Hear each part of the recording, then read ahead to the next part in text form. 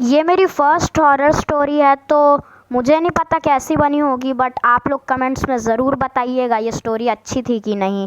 चलिए अब सुनते हैं स्टोरी। ये कहानी है सैम की। कुछ दिनों पहले ही सैम की आंटी की डेथ हुई थी।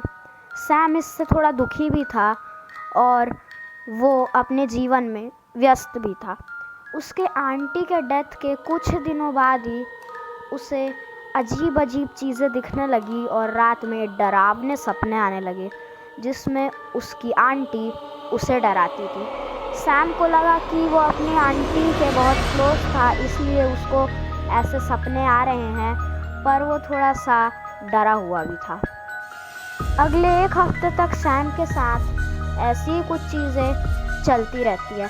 सैम की आंटी की डेथ एक कार एक्सीडेंट में हुई थी जिसमें वो एक पार्टी से वापस आ रही थी। सैम उनके फ्यूनरल में भी गया था, पर जैसे जैसे दिन बढ़ने लगे सैम के साथ अजीब घटनाएं बढ़ने लगी। कभी कभी उसे रात में ऐसा लगता कि उसके पास कोई खड़ा है, कभी उसके घर की चीज़ें अपने आप गिर के टूट जाती, या तो कभी कभी उसे काफ़ी अजीब चीज़ें और काली परछाइयाँ भी दिखाई देने लगी। सैम अब थोड़ा डरा हुआ था, लेकिन सैम को पता नहीं था कि कुछ दिनों में उसके साथ क्या होने वाला है। एक बहुत अजीब चीज़ हुई सैम के साथ। जब वो अपने ऑफिस से एक रात काम करके वापस आ रहा था, तो रात के करीब 9 या फिर 9:30 बज रहे थे। वो जिस रास्ते से आ रहा था वो रास्ता पूरा सुनसान था, क्योंकि वहाँ पे कोई था ही नहीं। वहाँ पे घर वर नहीं थे, पर सैम की कॉलोनी में घर थे। इसके बाद सैम जब वापस आ रहा होता है तो उसे ऐसा लगता है कि कोई उसका पीछा कर रहा है। वो मुड़ के देखता है तो वहाँ पर कोई नहीं होता।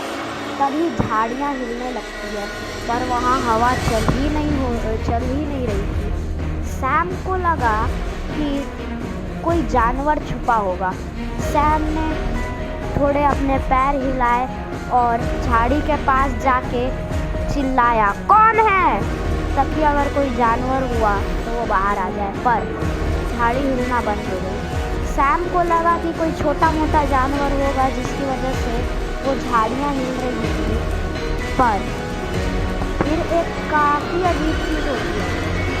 सैम जब अपने घर से थोड़ा ही दूर था तो उसको ऐसा लगने लगा कि कोई उसके पीछे भाग रहा है। वो बार बार पीछे मुड़ के देख रहा था, लेकिन वहाँ पर कोई भी नहीं था। अब सैम को डर लगने लगा। तभी सैम को पेड़ के पास एक विचित्र अजीब सी परछाई दिखाई दी। उस परछाई का शरीर सैम की आंटी जैसा था और वो परछाई हंस रही थी और कह रही थी, सैम इधर आ जा। सैम बहुत ज़्यादा डर गया, उसके पसीने निकलने लगे। उसने अपना रुमाल निकाल के पसीना पोंछा और सीधे घर की तरफ भागा। घर पहुंच के वो काफ़ी डरा हुआ था। उसी रात सैम को एक डरावना सपने में उसने देखा कि वो पलंग पर सोया है और उसकी आंटी उसे मारने के लिए आ रही है चाकू लेके। ऐसा उसने अपने डरावने सपने में देखा। अब सैम काफ़ी ज़्यादा डर चुका था और उसे लग रहा था कि शायद उसकी आंटी की आत्मा को मुक्ति नहीं मिली है, इसलिए ऐसा हो रहा है।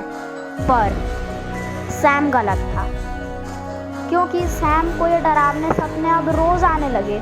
रोज़ वो डर के मारे चिल्ला के रात में उठ जाता और फिर उसे पता चलता कि कुछ हुआ ही नहीं है। सैम काफ़ी ज़्यादा डर गया। इसके बाद अजीब चीज़ें होना बढ़ती गई और 1 महीना बीत गया और 1 महीने में करीब सैम के घर के 10 सामान टूट गए होंगे गिर के। ये चीज़ काफ़ी अजीब थी। सैम भी काफ़ी ज़्यादा डरा हुआ था। अब तो ऐसी हालत थी कि सैम को रात में डर के मारे नींद आना ही बंद हो गई थी, और इसकी वजह से सैम अब तो पागलों जैसी हरकत भी करने लगा था। कहीं भी अचानक सैम चलते हुए रुक जाता, अचानक से कभी कभी तो सैम नीचे गिर जाता, और कभी कभी तो पागलों की तरह ज़ोर ज़ोर से हंसने लगता। उसके घर वालों को ये बात काफ़ी अजीब लगी, पर उन्हें लगा कि सैम को शायद सदमा लगा है। इसके बाद एक दिन सैम अपने बाथरूम में नहा रहा था, रात का समय। तभी बाथरूम का दरवाज़ा अपने आप खुल गया और बाथरूम के बाहर सैम को दिखी उसकी मरी आंटी की आत्मा। और थोड़ी देर और फिर नहाते नहाते जैसे उसको आत्मा दिखी, उसने ज़ोर से चिल्लाया, और जब घर वाले उसे देखने गए तो वहाँ थी सैम की लाश।